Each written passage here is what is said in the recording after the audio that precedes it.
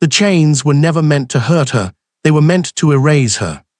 Briella Finch sat on the cold stone floor of her family's cellar, iron links around her wrists, altar drums pounding through the floorboards above her head, and understood something with quiet, terrible clarity. Her mother had not done this out of hatred. She had done it the way you bolt a door before guests arrive, not with anger, but with convenience. Briella was a complication. Tonight, Pearl was simplifying. What Pearl did not know, as she smoothed Lydia's dress and sent her twin to stand at the altar in Briella's place, was that you cannot fool a wolf's nose with a borrowed face. Alpha King Harris had already caught Briella's scent the moment he crossed the territory line. He just did not know yet that she was directly beneath his feet. There was a photograph on the mantelpiece of the Finch house that Briella had looked at every day for as long as she could remember. Two little girls at the edge of a forest, 8 years old, maybe 9, same dark hair, same wide brown eyes, same small gap between their front teeth. They were laughing at something outside the frame, and they were holding hands, and if you had studied that photograph for an hour, you could not have told, not from the image, not from any image ever taken of them, which one was Briella and which one was Lydia. For a long time, that was the truest thing Briella knew about herself, that once she and her twin had been exactly equal, that the only distance between them was the space between two palms. Then their father died, and the distance became something you could fall into and never touch the bottom of. Roland Finch had been a pack beater, not the strongest wolf in the territory, not the highest ranked, but the most trusted. He had a way of making every person in a room feel like the most important one in it. People followed him not because they were told to, but because being near him made them want to be better. He had warm hands and a quiet laugh, and he always smelled like cedar wood and something sweet, and Briella had inherited his instincts and his stubbornness and his belief, deep and unshakable, that the moon goddess never made a mistake when she chose a person's mate. He died in a border skirmish 2 weeks before the girl's 15th birthday. A territorial dispute that should have been resolved in a meeting room ended in a forest clearing at midnight, and Roland Finch went in as a mediator and came back in the bed of a pack vehicle with his hands folded and the light already gone from his eyes. Briella sat beside him for 2 hours after they brought him home. She did not speak. She just held his hand and waited for something she already knew was not coming back. Later, she would think of those 2 hours as the last time she had felt truly safe in the world. Pearl was dry-eyed at the funeral. Briella noticed that and filed it away in the quiet part of her mind where she kept things she did not yet know what to do with. The changes in the house began gently, the way all permanent things do. Pearl had been functional during Roland's lifetime, not tender, not warm the way some mothers were, but present, reliable in the way a wall is reliable. After Roland died, something shifted behind her eyes, and Pearl became a woman with a plan. The plan was Lydia. Lydia was beautiful in the way that always gets noticed, symmetrical and deliberate, with a quality of stillness that made people watch her the way they watch a candle flame. She could walk into a room and something in the air changed. Pearl saw this and started building on it the way you build on solid ground, carefully and with intention.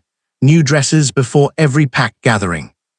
Long private conversations after dinner about which families mattered, which alphas were rising, which opportunities were worth positioning for. Briella was not included in those conversations.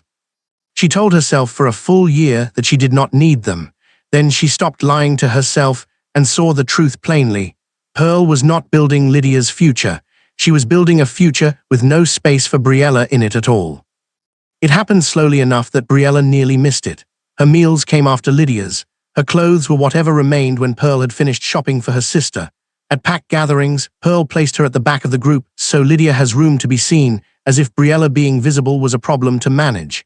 She stopped shifting in public because Pearl said it made Lydia look ordinary by comparison. She stopped speaking first because Pearl said it dominated conversation. She ironed Lydia's dresses and braided Lydia's hair, and sat across from her at the kitchen table, playing the role of whichever alpha Lydia needed to rehearse impressing that week. It was a strange kind of loneliness, the kind that grows in a crowded house in plain sight, where no one can see it because you have learned to wear it quietly. But she had never stopped believing in the mate bond. That was the one thing Pearl could not reach.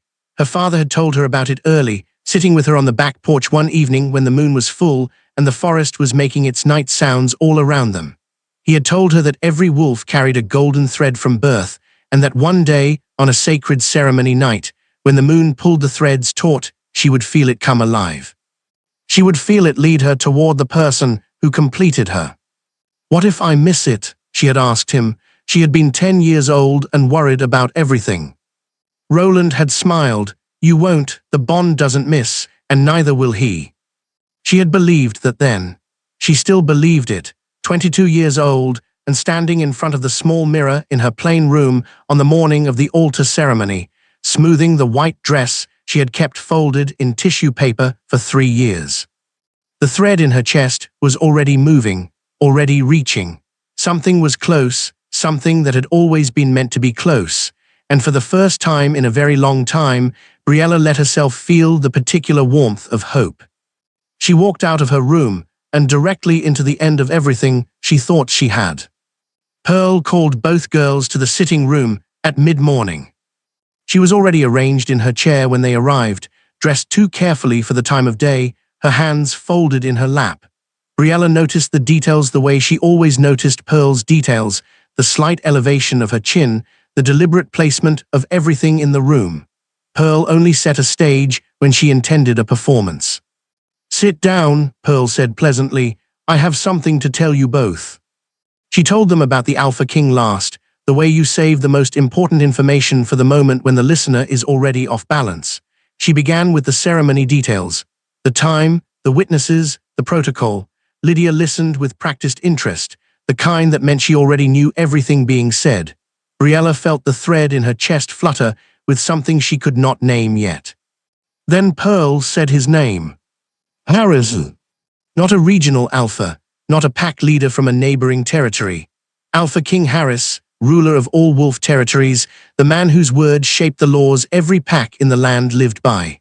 The man whose mate, when found, would become Lunar Queen of the entire supernatural world. The golden thread in Briella's chest did not flutter this time. It lurched. A single, violent pull toward the ceiling above her head, toward whatever direction the territory's entrance lay, so strong that she pressed her hand flat against her ribs, without meaning to. Pearl's eyes moved to that hand, and then away again. Something careful passed across her face.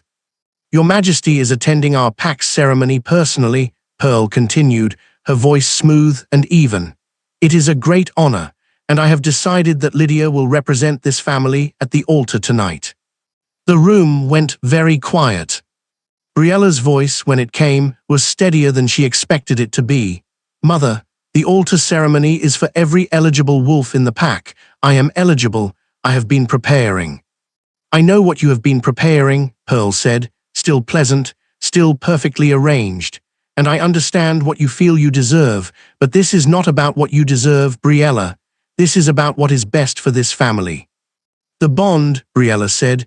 Her voice was still steady, but her hands were not. She pressed them together in her lap.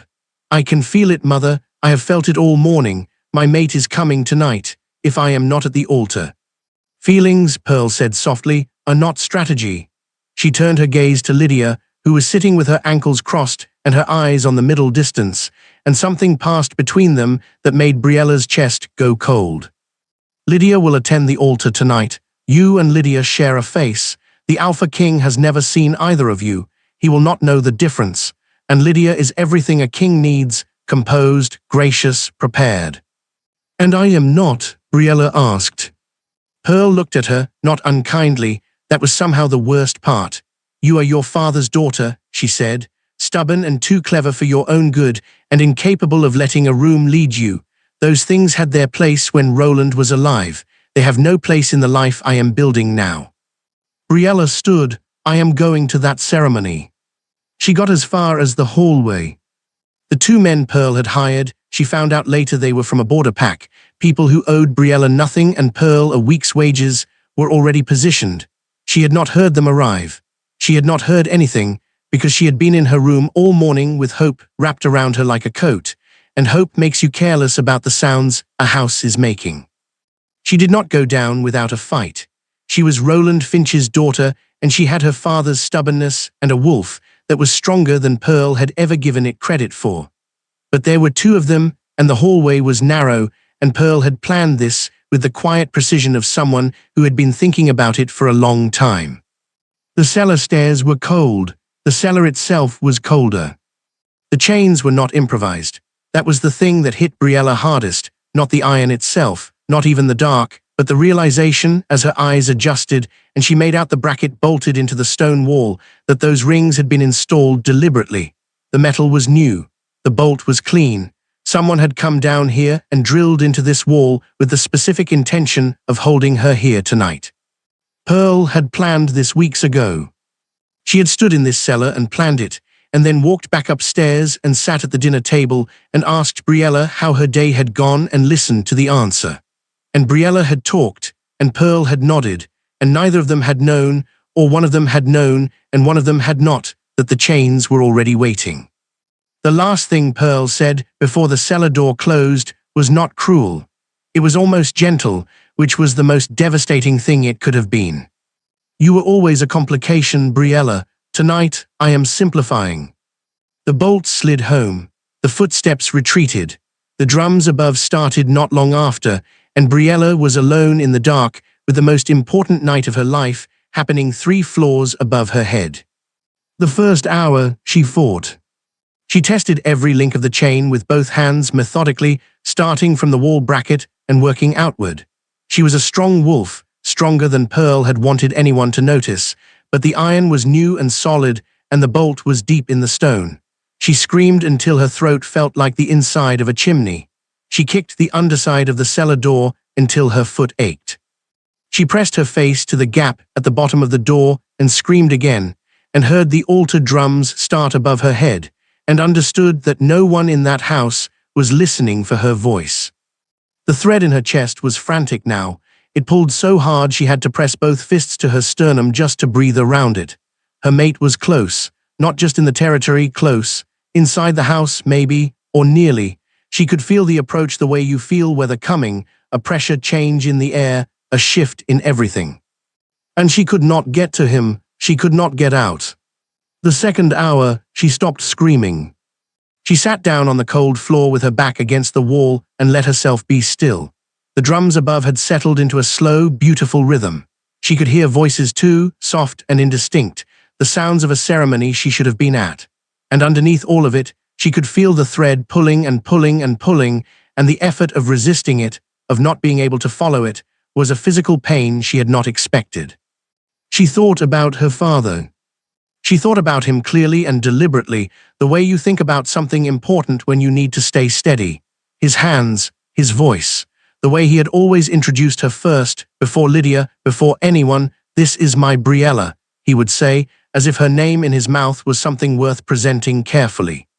She thought about the night she had shifted for the first time, running through the territory woods in the dark, faster than she had believed possible, so free that the cold air felt like joy.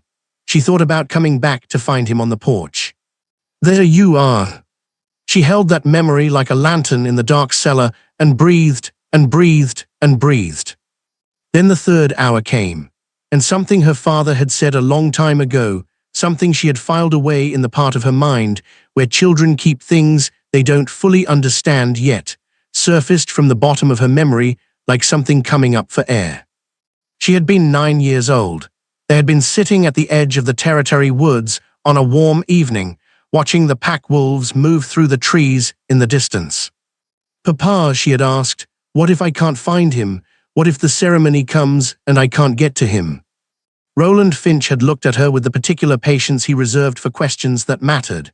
"The mate bond is not just a feeling," he said. "It is a channel. It runs both ways between you and your mate from the day the moon goddess ties the thread. If you are ever in danger, if you are ever trapped somewhere and your mate is close, you can push your need through the bond itself. Like sending a light down a dark tunnel. He will feel it. He will know something is wrong. He will come." She had nodded, 8 words deep in understanding what he was saying. "Does it always work?" she had asked. "It always works," he said, "because the bond never lies, and because a true mate will always come. Briella opened her eyes in the dark cellar. She could feel him. She could feel him the way you can feel the sun even behind clouds, warm and specific and present, directly above her somewhere in that house. The thread between them was vibrating with a furious, frustrated energy she recognized as not entirely her own. He was looking for something. She could feel the shape of his searching even through stone and iron. She closed her eyes. She reached inward. She found the golden thread in her chest and grabbed it with both hands, not with her fingers, which were still in chains, but with something deeper than fingers, the part of her that her wolf lived in, the part her father had believed in even when she had not believed in herself yet. And she pushed. Every ounce of her fear, her hope, her desperate 7 years in the making need to be found. She gathered all of it and sent it blazing down the thread like fire along a rope. I am below you, I am in the cellar, I am here, please, please find me. The silence that followed lasted perhaps 4 seconds. Then the world above her head came apart. Harris had known something was wrong before the woman was even fully presented to him. He had known it, in fact, before he entered the pack house. The moment his vehicle crossed the Finch territory line and he rolled the window down to let the evening air in, it had hit him, a scent so specific and so certain that every other detail in the world went briefly irrelevant. Warm, cedar and something sweeter beneath it, like honey left in a warm room. The mate bond in his chest, which had been quiet for 31 years, with the patience of something that had always known it would eventually be answered, came fully, violently awake. His mate was in this territory, close, and she was already afraid. Baylor, his captain, had glanced at him from the driver's seat. Baylor had served Harris for 9 years and knew his silences well enough to read them. So, drive, Harris had said, and stay alert. He had walked into the Finch pack house with Armani at his left and Baylor at his right, and the scent had grown stronger with each step, threading through the house like a current he could follow with his eyes closed. His mate was close, somewhere in this building. He could feel the mate bond reaching toward her, could feel something on the other end of it, afraid and hopping and trying very hard to hold itself together. He had followed Pearl Finch to the altar room with the specific patience of a man who already knows the answer to a question and is simply waiting for the other person to catch up. Pearl was a composed woman. He had been told that, and he could see it was true. She had the kind of stillness that came from practice, from many years of deciding exactly what expression to wear before walking into a room. She smiled at him with genuine warmth and gestured to the young woman standing at the altar in white. Your Majesty, may I present my daughter, Lydia Finch? Harris looked at Lydia Finch for exactly 4 seconds. She was beautiful. He could register that the way you register a fact, clearly, without it meaning anything. She was standing with perfect posture in a white dress that did not quite fit right across the shoulders. She was smiling the smile of someone who had been told what expression to wear when they walked into this room. She did not smell like his mate. She smelled like rose soap and nerves and someone else's dress. This is not her, Harris said. The room went very still. Gregory, the pack elder standing ready with his ceremonial staff, blinked slowly. Pearl's smile did not move, which told Harris more than the smile itself. I beg your pardon, Your Majesty, Pearl said carefully. The woman standing in front of me is not my mate. Harris kept his voice even. Even was always more effective than loud. Loud people could be argued with, even people could not. I can scent my mate in this building. She is not here at this altar. Where is she? He watched Pearl's strategy shift in real time behind her eyes.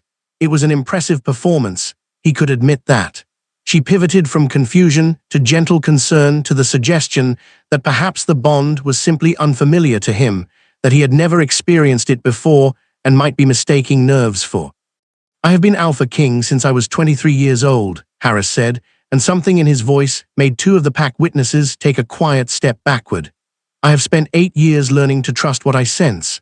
What I sense right now is that my mate is in this house, that she is afraid, and that no one in this room is telling me the truth. I will ask once more, where is she? The silence stretched 5 full seconds. Lydia was the one who broke it. She did not mean to. It was something small, just her eyes, moving toward the hallway door and back. A reflex, over in less than a heartbeat. But Harris had spent 8 years reading rooms full of people who did not want to be read, and the reflex was enough. He turned to Baylor. "Search the house." Baylor moved without a word. He was back in 4 minutes, and the expression on his face when he reappeared in the doorway was the one Harris trusted most, the expression Baylor wore when he was very angry and working very hard not to let it show. He crossed to Harris and spoke quietly enough that Pearl could not hear. "Cellar, sir, iron bolt on the door from the outside, and the chain brackets in the wall are new, the mortar around the bolts is fresh. Whoever put those in, put them in recently." Harris was very still for a moment, the kind of still that comes before something significant. Then the mate bond in his chest erupted. It was not a gentle pull this time. It was a wave of sensation that hit him behind the sternum like something thrown from a great height, fear and hope, and desperate, blazing need, all of it pouring through the bond from the other end, and underneath all of it, a voice that was not a sound, but felt like one, clear and real, and breaking his heart a little with how much it was trying. "I am below you, I am in the cellar, I am here, please find me." Harris was moving before the feeling had fully registered in his mind. His body simply went, because that was what a mate bond did. It bypassed every rational process and spoke directly to the part of you that existed before rational thought. He heard Pearl say something behind him. He did not stop. He heard Lydia make a sound. He did not stop. He moved through the house toward the back, toward where Baylor had pointed, toward the cellar door, and the scent grew stronger and stronger and stronger with every step, and his chest was so full of something he did not have a name for that it was difficult to breathe through. The cellar door had a bolt on the outside, a thick, deliberate bolt, the kind you do not install on a cellar door by accident. Harris took the bolt in his hand and pulled. The door came with it. Briella heard the world above her come apart and scrambled to her feet. She had sent the call through the bond and then held herself very still, the way you go still after you have thrown something and are waiting to see where it lands. For 4 seconds the cellar was completely silent. Then the entire house seemed to exhale, a sound like nothing she had words for, low and full and resonant, something between a word and a force of nature, rolling through the walls and the floor and the stone itself. Every hair on her arms stood straight. Something crashed above her, something else followed. Footsteps, heavy, fast, purposeful, the kind that did not navigate around furniture but moved in a straight line regardless of what was in the way, crossed the house and then descended. Rapidly, the cellar door at the top of the stairs did not open. It came away from the frame with a sound like a tree coming down in a storm, the bolt and its housing tearing from the wood as if they had been pressed into paper. Light flooded the cellar from the doorway above. And silhouetted against that light stood the largest man Briella had ever seen. Tall, well over 6 feet, with the kind of build that came from something deeper than effort, like a wolf who had never fully left his animal nature behind even in human form. Dark hair slightly disordered, dark eyes that swept the cellar in a single second and found her immediately, with a precision that made her breath stop, because no one in 7 years had looked at her that specifically, as if she were the only thing in the room worth seeing. He came down the stairs in 5 steps and crossed the cellar floor in 4 strides, and his hands, warm, large, careful, reached for her face before they reached for anything else. They cradled her face gently, tilting her chin up so the light from the doorway fell across her features, and she felt through the bond the specific quality of his relief. It was enormous. He had been carrying it all the way down those stairs, and now it was landing on her like the first warm day after a long winter. And then the mate bond completed itself. It was not a gradual thing. It was the way a lock sounds when the right key finds it, one clean, final, decisive click, and then everything shifted. The frantic pulling in her chest resolved into something wide and settled, like a river reaching the sea. She gasped. He exhaled sharply.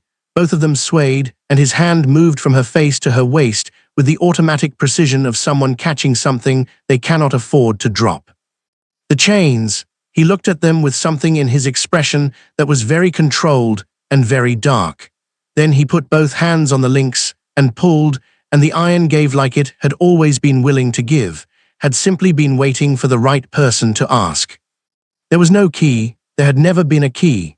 He simply pulled, and the chains came loose, and Briella's wrists were free, and she stood in the middle of her family's cellar with chain marks on her skin and dust on her dress and tears she had not noticed crying drying on her face. "You called to me," he said. His voice was rough at the edges, as if he had spent the last few minutes keeping it carefully composed and the effort had cost him something. "I didn't know if it would work," Briella admitted. Her own voice was raw from the hours of screaming, barely above a whisper.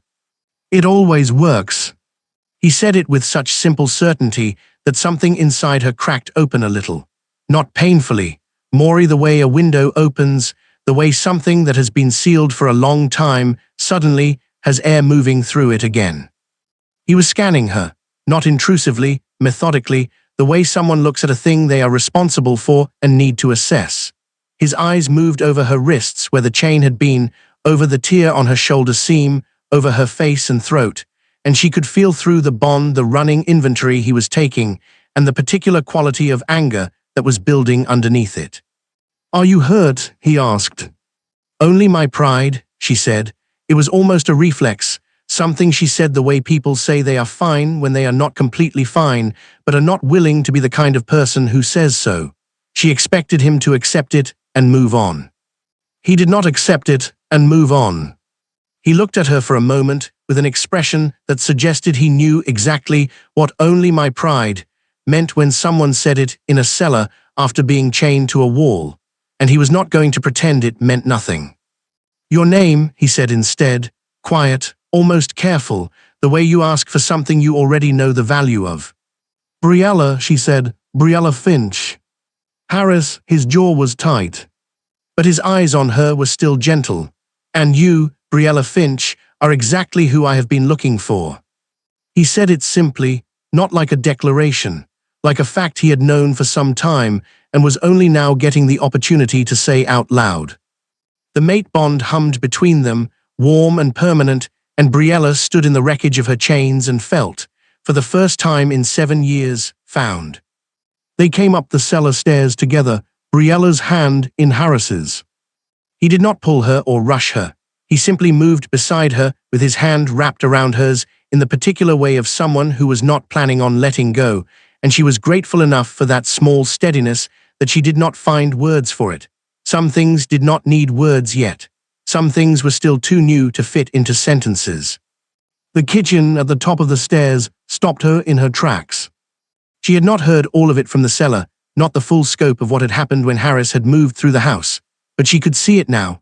The cellar door lay in the corner of the kitchen in 3 pieces, the bolt housing still attached to a chunk of the door frame. A length of the wall beside the cellar entrance had cracked along a diagonal line from top to bottom, plaster dust still settling on the kitchen floor. A chair had been relocated several feet from where it had apparently started. Harris followed her gaze. He had the grace to look mildly acknowledging rather than apologetic. "I may have moved through the house quickly," he said. Briella looked at the cracked wall. She looked at the door in pieces.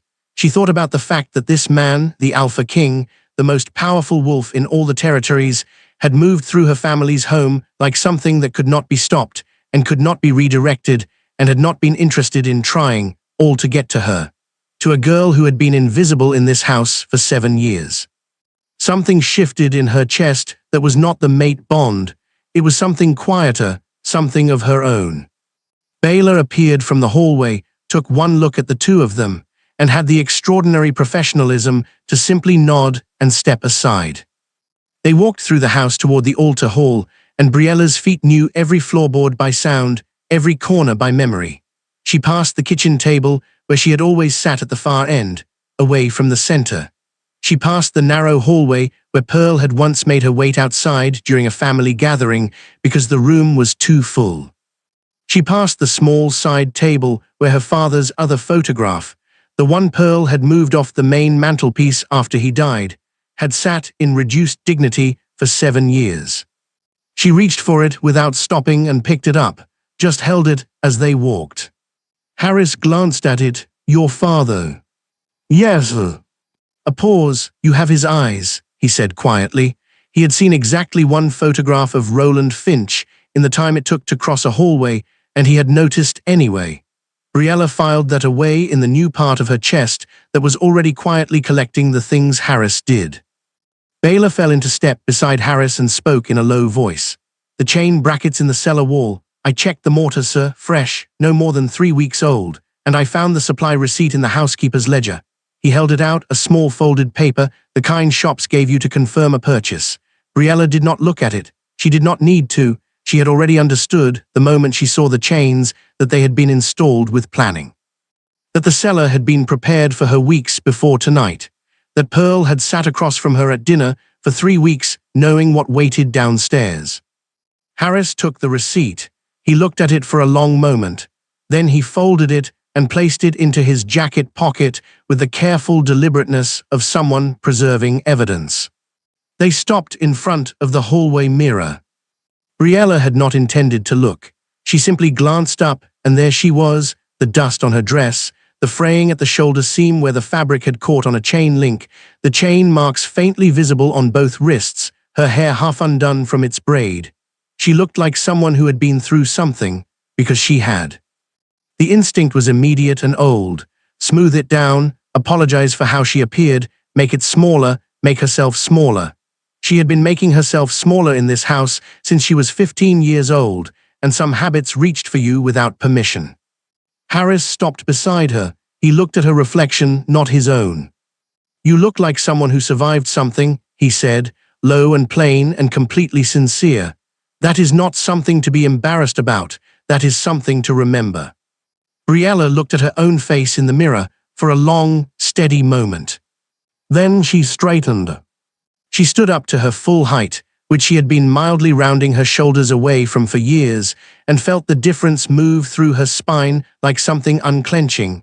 She did not look any different, but she felt different, like a door opening. Harris's hand tightened briefly around hers. Ready? He asked.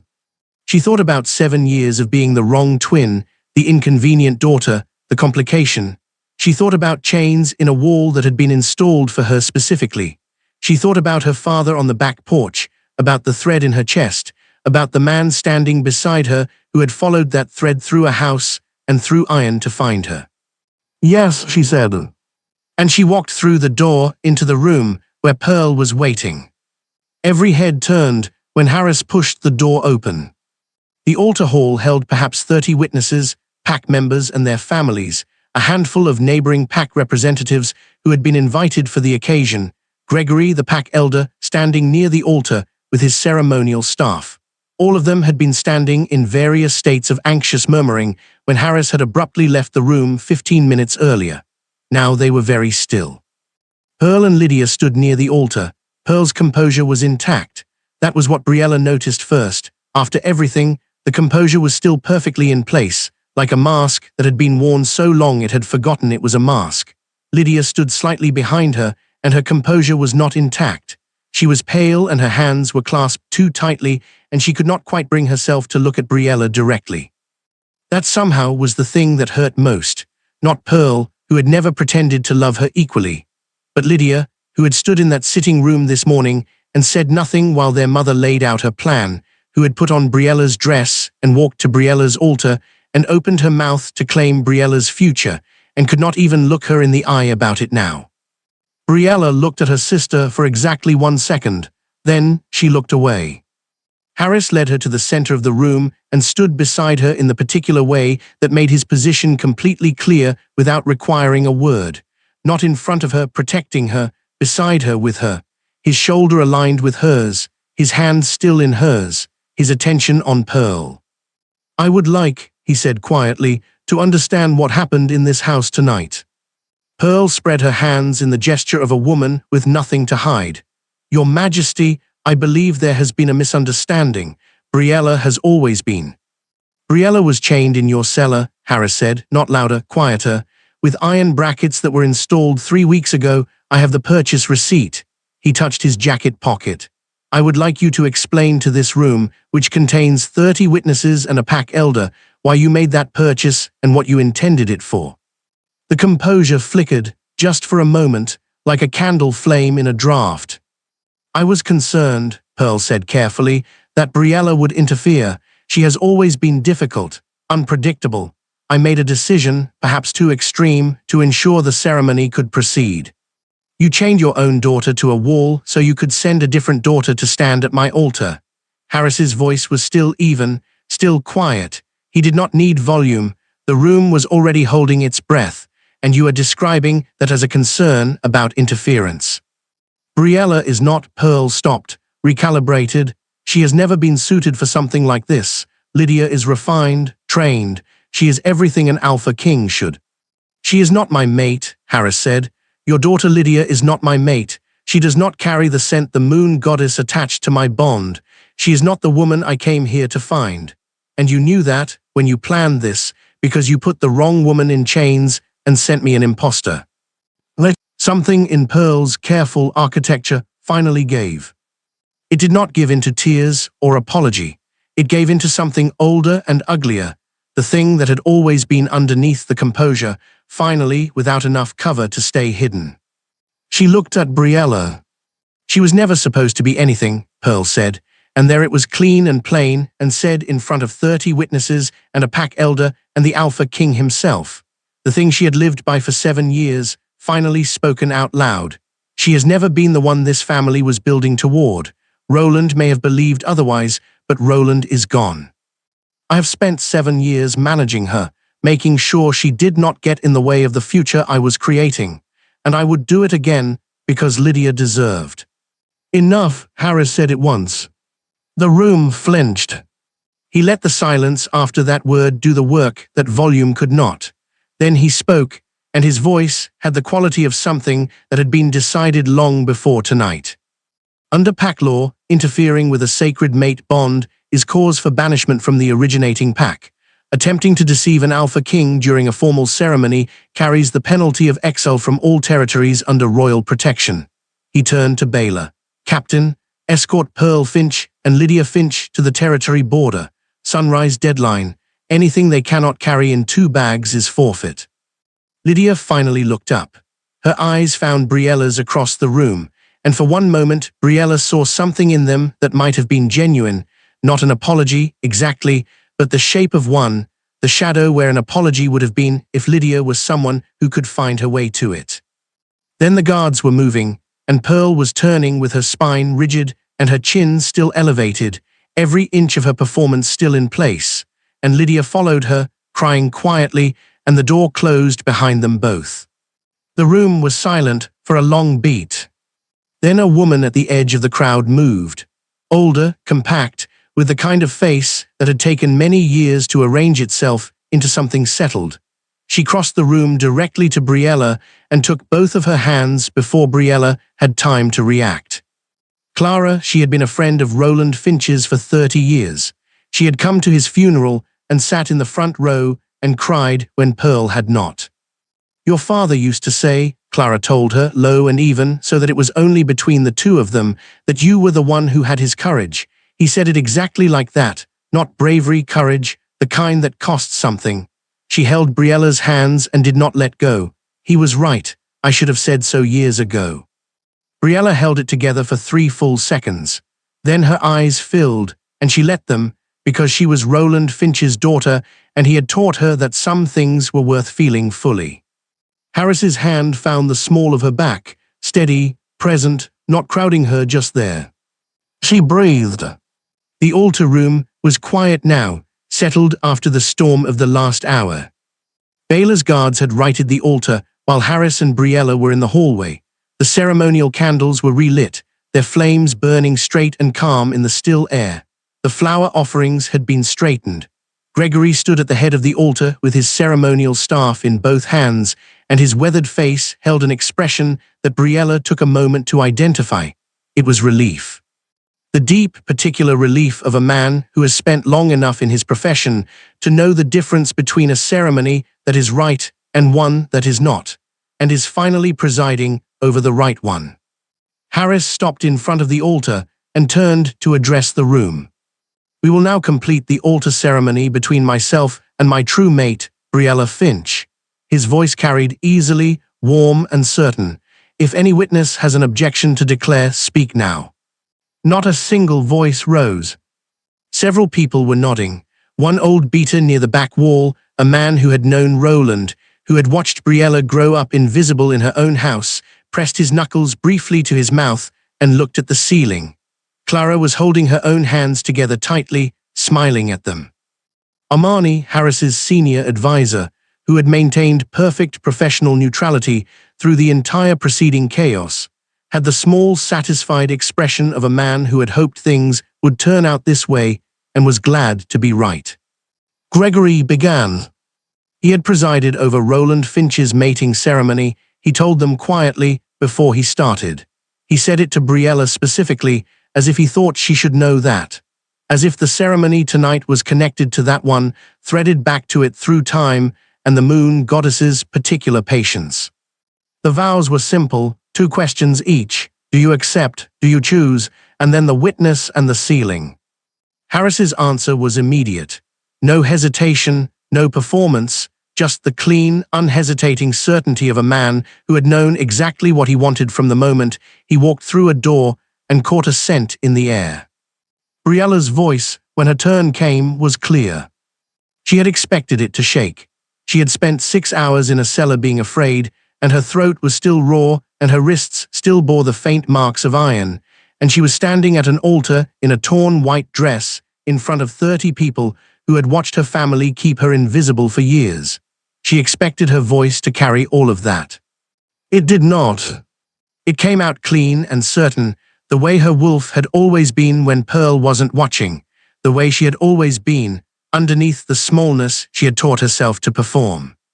I do, she said, and it rang across the room like something that had been waiting to be said for a very long time. Gregory raised his staff. What the goddess has joined, he said, his old voice steady and full, let no force come between.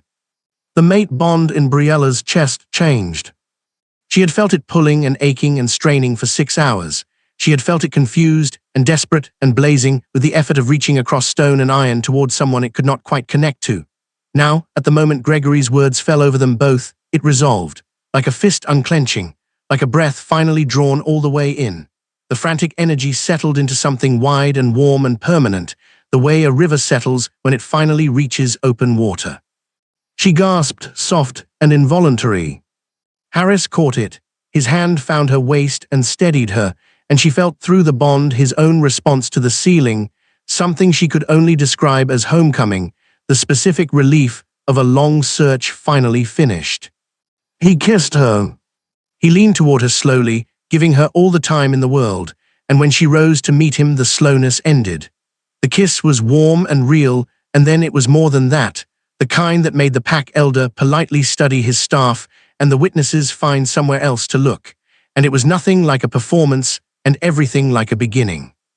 When they broke apart, both breathing somewhat unsteadily, Harris rested his forehead against hers. She could feel the smile on his face without seeing it. Mine, he said quietly, just that one word, exhaled more than spoken, as if he had been keeping it somewhere for a long time, and it was a relief to finally put it down. Briella leaned back far enough to look at him. Yours, she said, and then, because she was Roland Finch's daughter and her father had taught her that equal things were worth saying equally, and you are mine, that is how this works. The smile she had only felt a moment ago became visible, full and sudden and completely unguarded, and it transformed his face the way weather transforms a landscape, sweeping in and changing everything about the light. Several witnesses laughed softly. Someone in the back started a quiet, genuine round of congratulations that rippled through the room. Harris looked around the room once, then back at her. Would you like to stay here tonight? He asked, quiet just for her, or come to the palace? Briella looked at the altar hall, at the walls of the house she had lived in since she was 8 years old, the house where she had been invisible and insufficient and finally chained in a cellar because she had been too much of an inconvenience to manage any other way. She looked at the hallway door, at the side table where her father's photograph still sat, which she intended to take with her. I don't want to spend another night here, she said, no drama in it, just the plain, certain truth. This house stopped feeling like home a long time ago. Then we go home, Harris said. He offered his hand. She took it. They walked out together into the night, and the summer air was warm on her face, and the stars were very bright overhead. And the royal carriages waited in the long drive with silver crests gleaming in the lamplight, and Briella Finch breathed in the night air and thought, "Oh, so this is what it feels like.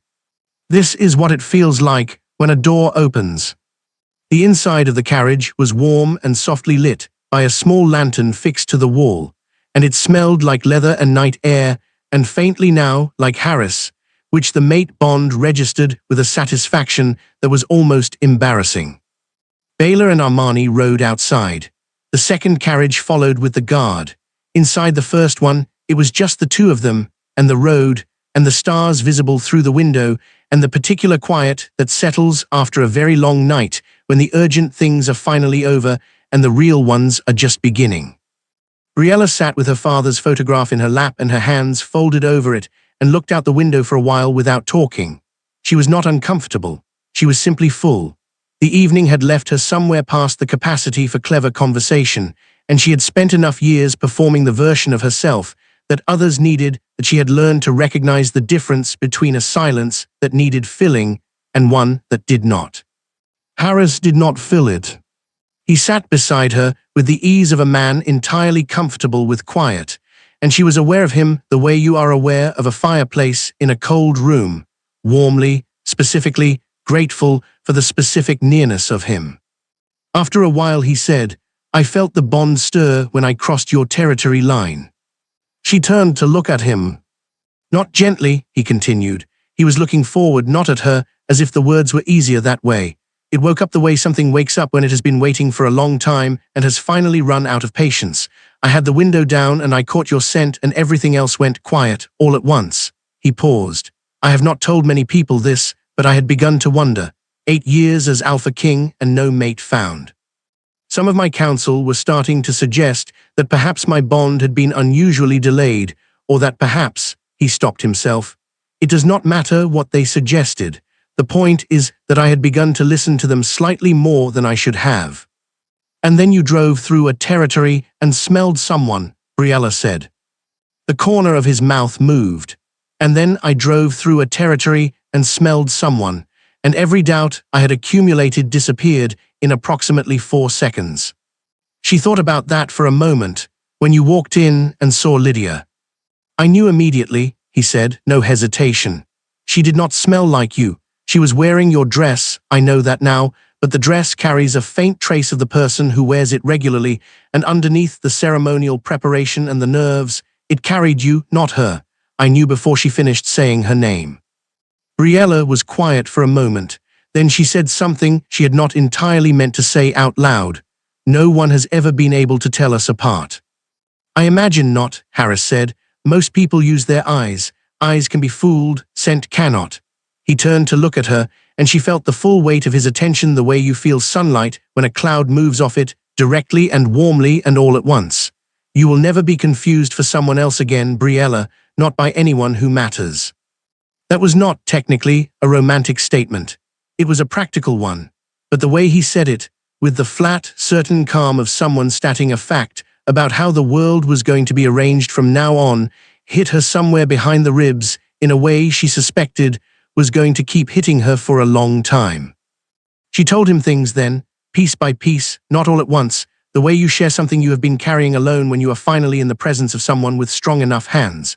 She told him about her father, about the 15-year-old birthday that became a funeral, about Pearl's plan and how slowly and expertly it had been implemented, and how she had almost convinced herself it was normal, about the 7 years of making herself smaller, about the chains and the 3 hours in the cellar, and the memory of her father's voice that had surfaced in the 3rd hour like something the dark had been saving for her. Harris listened. He asked 2 questions the entire time she spoke. Both of them were about Roland, what he had been like, what he had taught her. The questions landed like a gift, like someone picking up the thing you carry and saying, "Tell me about this, I want to know what it weighs." Somewhere in the dark, without planning to, she leaned against his shoulder. She felt him go very still, the way you go still when something you did not dare reach for settles into your hands on its own. He did not move, he did not adjust her. He simply stayed exactly as he was, solid and warm, and after a moment his arm came around her shoulders with careful deliberateness, not pulling her closer, just present. An offer, not a demand. She let herself accept it. She had questions about the palace, about what being Lunar Queen would require of her, about pack politics and protocol, and all the things she had not been trained for because she had spent 7 years being made invisible instead. She started to list them, and Harris gently, firmly stopped her. "Not tonight," he said. "Tonight you have survived enough. The rest we learn together, starting tomorrow." "I have never been very good at leaving things for tomorrow," she admitted. "I know, I can tell. That is something else we have in common." She looked up at him. "What else do we have in common?" He considered. Stubbornness, a preference for plain truth over comfortable pretending, the particular kind of patience that does not come naturally but gets built over years of needing it. A pause. "And a father we lost too early, who left us carrying things we have been figuring out how to carry ever since." She had not expected that last one, "your father."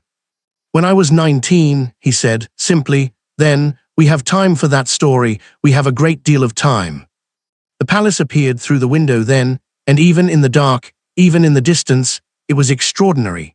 Towers rising clean against the stars, lit windows casting warm gold across the surrounding grounds, a complex of buildings and gardens and courtyards that seemed to have been placed there the way landmarks were placed, as if the land had always intended for it to be exactly there.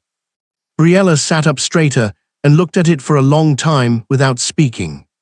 Harris watched her face watching the palace. She felt it, the way she felt everything from him now, through the bond, warmly and specifically. "It is real," she said, mostly to herself. "Yes," he said, "all of it." She pressed her hand flat to the window glass for just a moment, as if testing whether the night was solid. Then she settled back against his shoulder and let the carriage carry them toward the lights. The mate bond in her chest was quiet, not silent. It was never going to be silent again, she thought, but quiet in the way a house is quiet when all the right people are home, present, easy, like breathing. Like something that had always been there, finally allowed to be itself. 3 months, and the palace gardens had become the place Briella came when she needed to think. Not because they were grand, though they were. Roses climbed the stone walls in colors she had not known roses came in, and the paths between them were kept so carefully that they felt like rooms, private and particular, a different temperature than the rest of the world. She had learned the turns without intending to. Her feet simply knew the way now, the way feet learn any route they travel daily. She walked it on a clear morning in early summer, with a cup of tea going cold in one hand, and the easy, loosened posture of someone who had forgotten, gradually and completely, to make herself small. That was the change she had noticed most. Not the title, though Lunar Queen still occasionally stopped her mid-thought with its improbability. Not the clothes or the rooms or the particular quality of attention that a palace full of people gave to the woman who walked beside the Alpha King. Those things she had adjusted to with a speed that surprised her.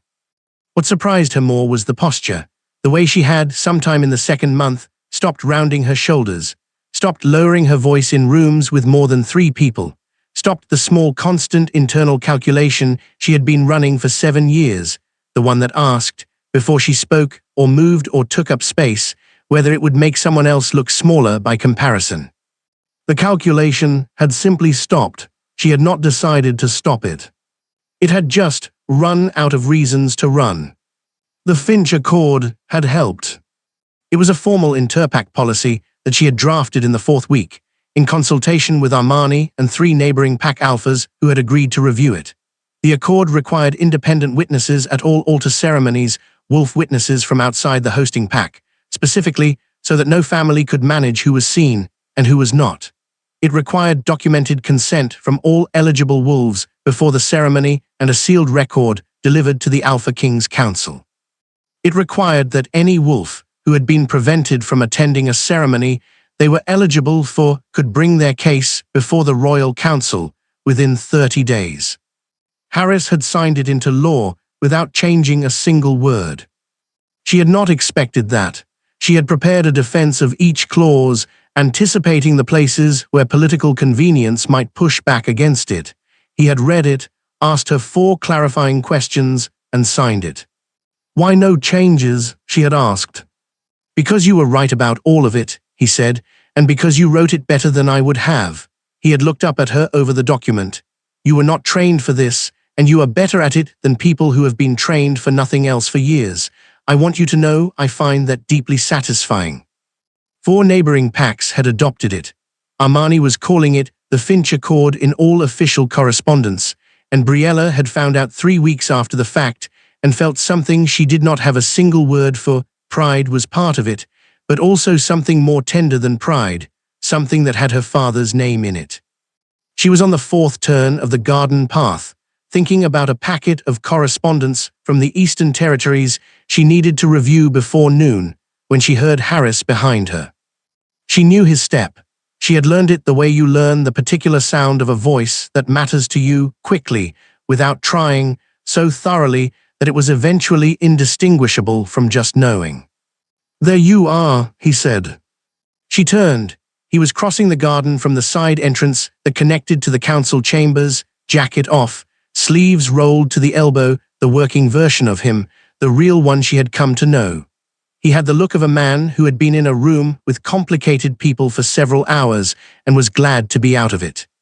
She felt the mate bond respond to him the way it always did, that particular warmth spreading from the center of her chest outward. "How was council?" she asked. "Long." He fell into step beside her, their shoulders aligned automatically. They had both noticed, at some point in the 2nd month, that they walked at exactly the same pace and found it absurdly satisfying. Territorial boundary dispute, 2 lesser alphas, both of them completely certain the other started it. 3 hours. He glanced at her. "How was your morning?" "Productive. The Eastern Territory correspondence needs a response before the weekend. I have drafted one, but there is a section on the trade agreement that I want your eyes on before I send it." She paused. "Also, the Northern Pack representative is coming next week, and he prefers to meet in the morning, which means rescheduling your Thursday council. Armani knows." Harris was looking at her with the expression she privately thought of as the one that was going to keep making her cheeks warm for the rest of her life. A specific, warm, completely unself-conscious attention that still sometimes caught her off guard even after 3 months. "You rescheduled my Thursday council," he said. "The Northern representative's comfort with the palace schedule will significantly improve our chances of reaching favorable terms on the boundary agreement," she said. "It was the practical decision." "It was exactly the right decision," he said. "You did not need my input. I still want your eyes on the trade section." "You will have them." He took the cup of cold tea gently from her hand, looked at it, and handed it back. "After we find you a warm one." She laughed, brief and genuine, and he smiled hearing it the way he always smiled hearing it, like it was something worth the effort of making happen. They walked. The garden was in its full summer state around them, roses and early honeysuckle making the air heavier and sweeter than the rest of the palace. Somewhere above the wall, a bird was performing an extended and very satisfied solo. "I received news from the Border Patrol this morning," Harris said after a while. Briella already knew from his tone what kind of news it was. Pearl. She attempted to cross back into the territory last week, was turned away at the eastern checkpoint. He kept his voice even. She appreciated that he always gave her the information without loading it with his own reaction, left her space to have her own first. The patrol also reports that she has been speaking to packs in the neighboring regions, telling a version of events that places her rather more sympathetically. "What version?" "The one where I was deceived by you, where the bond was manipulated somehow or the ceremony improperly conducted, where she was simply a mother trying to protect her daughter from a situation she was not equipped for." A pause. "She has apparently been quite committed to this version." Briella considered that for a moment. The old instinct was to feel the injustice of it sharply, to want to correct it, to be afraid of what people would believe. She noticed the instinct and set it aside. "What do we do about it?" she asked. "Nothing," Harris said. "The Finch Accord is active in 4 territories. Any pack that looks into the matter seriously will find the documented record of what happened here, including the purchase receipt for the chain brackets and the witness statements. People who choose to believe Pearl's version were unlikely to have been our allies regardless. He glanced at her. And people who know you, who have worked with you these last 3 months, are not going to believe it. She thought about that, about the pack members who wrote her letters now, real ones, about real things, wolves in difficult situations asking if the Finch Accord applied to their circumstances, packs requesting guidance on how to implement the witness protocol. About Amani, who had started calling her ma'am with complete sincerity somewhere in the 6th week and had been unironic about it ever since. About Clara, who had been invited to the palace and had cried a little during the garden tour and then collected herself and given Briella 3 pieces of extremely practical advice about the Eastern Territories that turned out to be entirely correct. No, she agreed, I suppose they won't. They stopped at the garden mirror, a decorative one, bordered in climbing roses, tucked at the meeting of 2 paths. Briella glanced at it out of habit, the way she had learned to do on this walk. She barely recognized the woman looking back, not because she looked different, because she was holding herself differently, completely, fundamentally differently from the woman in the cellar 3 months ago, or the woman at the back of every pack gathering for 7 years before that, or the girl who had spent 15 years learning to round her shoulders so she took up less space. Head level, shoulders settled, the posture of someone who had somewhere to be and was going there. Harris came to stand beside her, as he sometimes did on this path. He did not look at himself, he looked at her. Do you remember, he said, in the carriage the first night, you told me you did not feel extraordinary. I remember. Do you still feel that way? She looked at herself in the mirror for a long moment. She thought about the Finch Accord, about the Eastern correspondence, about the pack members who wrote her letters, about 3 months of waking up in a palace and not being a complication. About a man who had torn iron off a wall because a bond told him she was there and had spent 3 months proving, in small and daily ways, that the bond had been right. No, she said quietly, I really don't. Harris turned her toward him, his hands warm on her shoulders, and looked at her the way he had looked at her in the cellar, specifically and completely, as if she were the only thing in the frame. I have been trying to find the right moment to tell you something for approximately 6 weeks, he said, and I have come to the conclusion that I have been overthinking it, which is unlike me, and is entirely your fault for being someone I apparently lose my practical instincts around. Briella felt something warm and nervous begin in the center of her chest. Harris. I love you, he said. Plain and direct, and without any of the ceremony that the words sometimes got dressed up in by people who were less certain of them. Not because the bond requires it, because you are brave in the specific way that costs something, which your father apparently also knew about you before I did. Because you drafted a piece of law in your 4th week, in a palace you had never been to, and it was better than legislation my experienced counsel has produced in years. Because you laugh when you are actually amused and not when you are merely being polite. Because in the carriage on the first night, you put your head on my shoulder and pretended you had not done it, and I thought, there she is. That is who she is, and I have been in love with who she is ever since. Briella stood in the garden in the full summer morning, with roses climbing the walls on all sides of her, and a bird still performing its solo somewhere overhead, and her mate standing in front of her looking at her like she was specifically and irreplaceably the right person. And she thought about 7 years of being the wrong twin, the inconvenient daughter, the complication that needed managing. She thought about 3 months of being the right one. I love you too, she said, clear and steady and certain. I have been in love with you since you pulled iron off a wall with your bare hands and then asked me if I was all right before you did anything else. Which was, I should tell you, deeply unfair timing, because I was covered in cellar dust and my dress was torn and I had been crying for 2 hours, and you looked at me like she stopped. Like I was the answer to something, she finished quietly. Like finding me was the thing the rest of it had been for. It was, he said, simply, completely, in the way he said everything true. He kissed her in the garden, in the morning, with full summer light falling on them both, and nothing hiding either one of them from view. She kissed him back with her whole self, not the version she had learned to perform, not the version she had made small enough to avoid outshining anyone, her whole self, openly, in the sunlight. When they broke apart, she was smiling, he was smiling, Somewhere on the other side of the garden wall, the bird reached the finale of its performance and went quiet, apparently satisfied. "I have a question," Briella said. "Ask it." "The receipt, the one Baylor found in the cellar, you kept it. It is in the Royal Archive now, official evidence in the case record." "I know, but you kept it on you all evening, through the confrontation, through the ceremony, through the carriage ride." She tilted her head. "Why?" He was quiet for a moment. "Because I wanted to make certain it was not lost," he said finally, "before the law had seen it, before the witnesses had confirmed it, before there was a formal record, a beat. I wanted to make certain that what was done to you was not," he paused, choosing, "was not made smaller by time or circumstance, that it remained exactly as large as it was." She looked at him. "Thank you," she said, "for that, for all of it." She reached up and touched his jaw briefly, not dramatically, just a touch, the kind that had become ordinary between them in the best possible way, for breaking down the door. "That was the easy part," he said. "It was iron bolted into stone." I mean it was the easy part because it was the part where I knew exactly what I was doing and exactly why.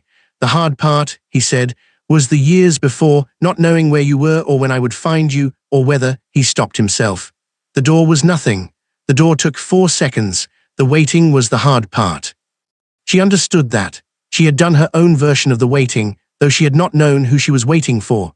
She had waited through 7 years of Pearl's house, through the slow erasure of every quality that made her herself, through 3 hours of iron and dark and altar drums, and the waiting had been the hard part, yes. And then it was over, and she was here, and he was here, and the bond between them was settled and warm and permanent. They walked back toward the palace together, her hand in his, the summer morning opening around them. She caught her reflection one more time in the garden mirror as they passed it, caught it and looked at it for just a moment, the woman she was now, upright and settled, and going somewhere specific, going somewhere she had chosen and that had chosen her back. She thought about her father on the back porch, watching her come home from her first run in the dark. "There you are," he had said. She understood that now, finally, completely, in her whole body and not just her mind. The running had not been the point. The coming home had been the point. The being found had been the point. She had spent 22 years becoming someone. She had spent the last 3 months discovering that she had always been her, and that being her, fully, loudly, without apology, without rounding her shoulders and moving to the back of the room, was not a problem to manage. It was the whole point. "Ready?" Harris asked, at the palace door. She looked at the door, at the palace beyond it, at everything waiting for her inside. The correspondence, the packed letters, the Eastern Territories and the Northern representative, and the 1,000 daily acts of building something that mattered. "Yes," Briella Finch said, and she walked through. "Thank you so much for watching. Where are you watching from? I would love to meet you in the comments. If this story moved you, please subscribe. It is free, and it helps more people find these stories. Until next time."